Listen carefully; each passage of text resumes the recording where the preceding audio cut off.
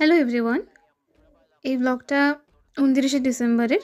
এই দিনকে আমরা গেছিলাম তমলুকে। ফুল ফ্যামিলি, দেখতেই পাচ্ছেন।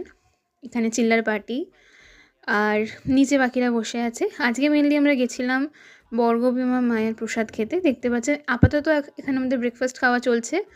আর যেখানে আমরা ইউনাইটেড হই সেখানে খাওয়া দাওয়া নিয়ে নো কম্প্রোমাইজ। কচুরি, পেঁয়াজি, মুড়ি, কফি, চা সব রকম। একটা জিনিসে আমাদের পরিবারের কারোর পোষায় না, আমাদের নানা রকম ভ্যারাইটির দরকার হয়। আর আমরা আজকে এখানে লাঞ্চ করবো না, এটা আমাদের জেঠুর বাড়ি। আমাদের জেঠু তমলুকে থাকে। তো আমরা আজকে মায়ের ভোগ খাবো দুপুরে। এখান থেকে আমরা 1:30টার সময় বেরোবো, মায়ের ভোগ অর্পণ হবে। তারপর আমাদের পার্সোনাল কুপন কাটা হয়েছে, এটা মন্দির। ঠিক 1:45-র সময়